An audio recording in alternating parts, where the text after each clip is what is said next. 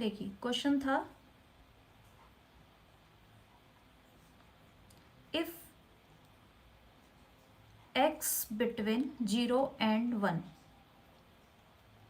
x क्या है, close interval 0 और 1 के बीच में लाई कर रहा है, and y is also lies between close interval 0 and 1, and xy lies in the close interval 1/4 and 1/2. Then find the area. Find the area.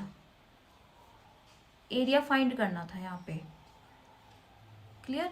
तो सबसे पहले इसको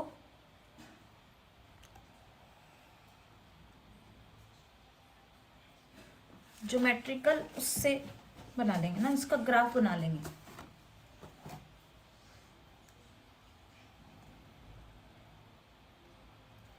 इसका ग्राफ देखो किस तरह से बनेगा।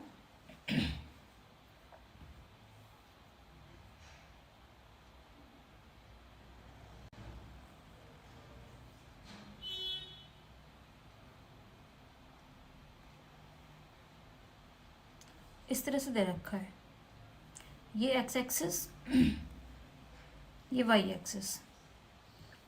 अब यहाँ पे ये वाला जो दिया है ये तो सीधा स्ट्रेट लाइन हो जाएगी, ये भी स्ट्रेट लाइन है, दो स्ट्रेट लाइन के बीच में एक्स लाई कर रहा है और वाई भी दो स्ट्रेट लाइन के बीच में लाई कर रहा है। और इसको कैसे लिखेंगे, इसका ये वाला पार्ट लिखेंगे इतना 1/4 इक्वल टू एक्स वाई। तो वाई की वैल्यू क्या हो जाएगी 1/4x। फिर लिखेंगे एक्स वाई इक्वल टू 1/2। तो यहाँ से y की वैल्यू क्या हो जाएगी 1/2x। ठीक है। अब ये जो 1/4x का ग्राफ होगा, इनमें देखो कौन बड़ा है, 1/2x is the greater than 1/4x।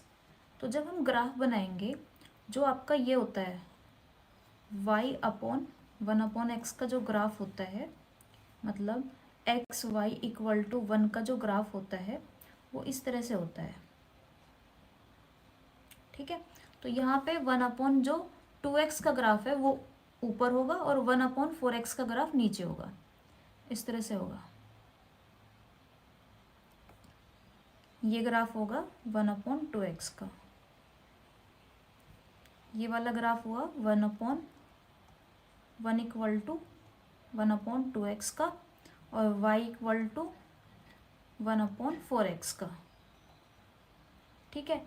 अब ये वाली लाइन भी ड्रॉ कर देंगे। x जो है वो कहाँ से कहाँ तक लाई कर रहा है, x इक्वल टू 0 से x इक्वल टू 1 पे। सपोज ये वाली लाइन होगी, ये वाली लाइन होगी आपकी y इक्वल टू 0, और ये वाली लाइन हो गई y इक्वल टू 1। ये वाली लाइन हो गई x इक्वल टू 0, और ये वाली लाइन हो गई x इक्वल टू 1। ठीक है। तो ये जो ग्राफ है ये कहाँ कहाँ कट कर रहा है, एक यहाँ पर, एक यहाँ पे,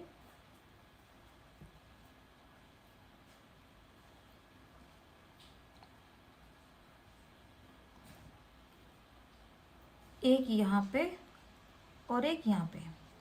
इस पॉइंट के कोऑर्डिनेट फाइंड कर लेंगे। यहाँ पे x की वैल्यू क्या होगी, x की वैल्यू ये है ना, बिल्कुल यहाँ पे मिला हुआ नहीं है, मतलब 0 पे थोड़ा सा इधर को है।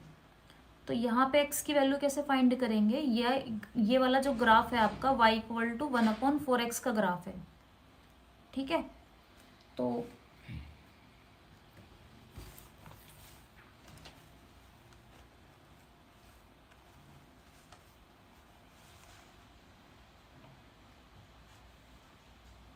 देखो इस वाली लाइन पे जो y की वैल्यू है वो 1 है, तो y की वैल्यू तो आ जाएगी 1, इस वाले पॉइंट की भी और इस वाले पॉइंट की भी 1 और 1। y की वैल्यू 1 रखेंगे यहाँ पे, तो क्या आ जाएगा 1 इक्वल टू 1/2x। तो x की वैल्यू क्या आ जाएगी 1/2। तो यहाँ पे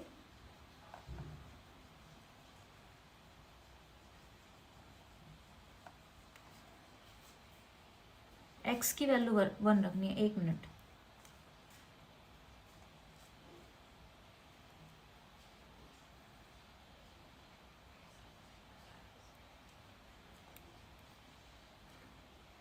देखो यहाँ पे इस वाले लाइन पे x की जो वैल्यू है वो 1 है, तो x की वैल्यू 1 आ जाएगी। यहाँ पे भी x की वैल्यू 1 आ जाएगी। x की वैल्यू 1 रखेंगे, यहाँ पे y रहेगा y। x की वैल्यू 1 रखेंगे तो y की वैल्यू कितनी आ जाएगी 1/2। और जब यहाँ पे y इक्वल टू 1/4x है, x की वैल्यू 1 रखेंगे तो y की वैल्यू आ जाएगी 1/4। 1/4। इसी तरह से यहाँ पे इस वाली लाइन पे y की वैल्यू कितनी है 1, तो यहाँ पे जो इसके कोऑर्डिनेट होंगे y की वैल्यू आएगी 1। ठीक है। और यहाँ पे ये वाला जो ग्राफ था ये किसका था, y इक्वल टू 1/4x का।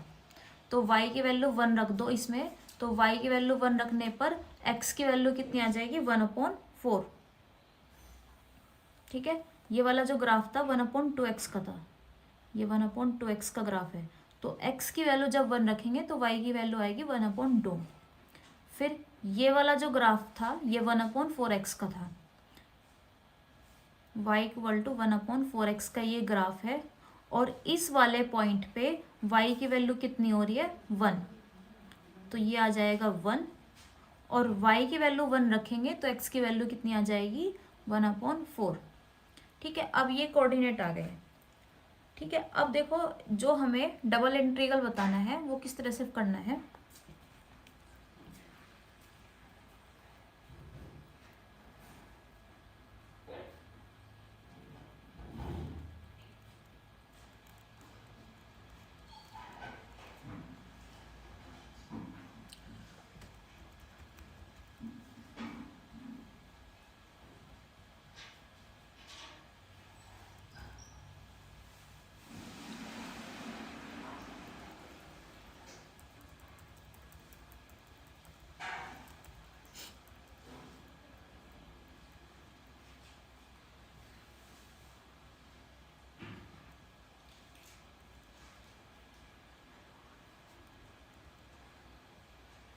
देखिए जो आपका डबल इंटीग्रल होगा वो किस तरह से होगा,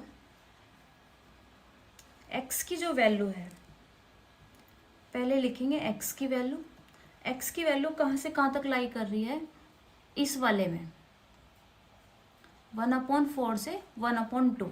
तो x की वैल्यू लाई कर रही है इस वाली लाइन पे 1/4 से 1/2। ठीक है। और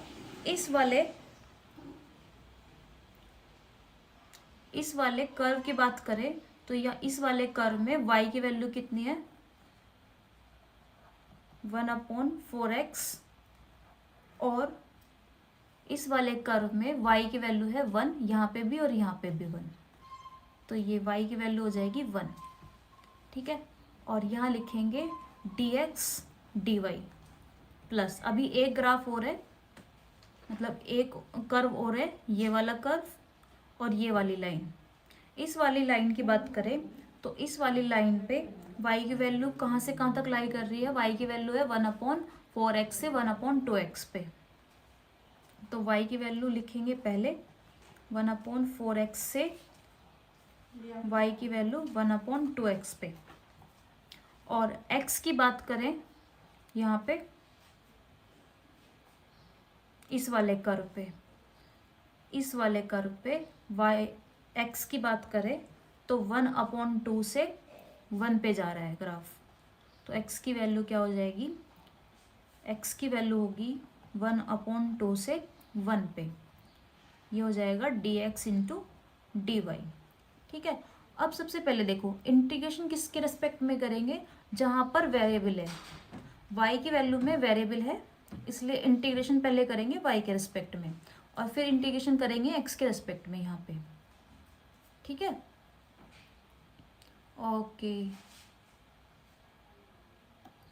देखो यहाँ पे इंटीग्रेशन किया हमने y के रेस्पेक्ट में, 1 है, 1 का इंटीग्रेशन क्या हो जाएगा y के रेस्पेक्ट में y हो जाएगा, वैल्यू पुट करेंगे 1 और 1/4x। इंटीग्रेशन x का वही रहेगा 1/4 से 1/2 पे।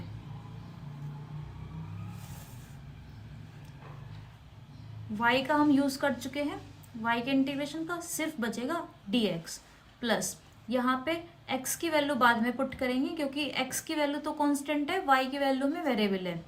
तो यहाँ पे 1 हो जाएगा, 1 का इंटीग्रेशन क्या हो जाएगा y के रिस्पेक्ट में, y वैल्यू पुट करेंगे 1/2x और 1/4x लोअर इंटीग्रल वैल्यू, यहाँ पे dx होगा। तो जब ये वैल्यू पुट करेंगे, पहले आएगा ऐसे 1, अपर लिमिट पुट करेंगे तो, लोअर लिमिट पुट करेंगे तो 1/4x, ठीक है। फिर इसका इंटीग्रेशन करेंगे x के रेस्पेक्ट में, 1 का इंटीग्रेशन हो जाएगा x और 1/x का इंटीग्रेशन होगा log x। यहाँ पर वैल्यू पुट कर देंगे x की भी, अपर लिमिट और लोअर लिमिट। अपर लिमिट है 1/2 और लोअर लिमिट है 1/4। यहाँ पे भी अपर लिमिट है 1/2 और लोअर लिमिट है 1/4। फिर इसी तरह इसका करेंगे, y की वैल्यू अपर लिमिट पुट करेंगे 1/2x minus lower limit put करेंगे 1/4x। दोनों का एलसीएम लेंगे 4x और ऊपर आ जाएगा 2 - 1, इसका मतलब 1/4x, 1/4x हो जाएगा ये। 1/4x का इंटीग्रेशन क्या होगा, 1 बाहर और 1/x का इंटीग्रेशन हो जाएगा log x, और लिमिट क्या होगी इसकी 1 और 1/2। क्लियर। अब इसके बाद x की लिमिट भी पुट कर देंगे। x की लिमिट पुट करेंगे, फर्स्ट वाले टर्म में क्या हो जाएगा, अपर लिमिट है 1/2, अपर लिमिट है यहाँ पर 1/2 माइनस 1/4, लोअर लिमिट है 1/4 माइनस 1/4। लॉग की भी, लॉग में भी x की वैल्यू पुट करेंगे, पहले आएगा 1/2 माइनस 1/4। इसको ऐसे नहीं लिखना है कि log 1/2 माइनस log 1/4, इसको ऐसे लिखेंगे, सिर्फ हमें x की जगह रखनी है ना, लिमिट 1/2 रखेंगे पहले, फिर 1/4, फिर यहाँ पे 1/4 log 1 माइनस 1/2। तो ये कितना हो जाएगा, ये हो जाएगा log 1/2 और ये भी कितना हो जाएगा log 1/2। ये दोनों सेम है लेकिन अपोजिट साइन के हैं, ये कट जाएगा इससे, तो सिर्फ क्या बचेगा 1/2 minus 1/4। So answer will be 1/4। ये आंसर आ रहा था इसका।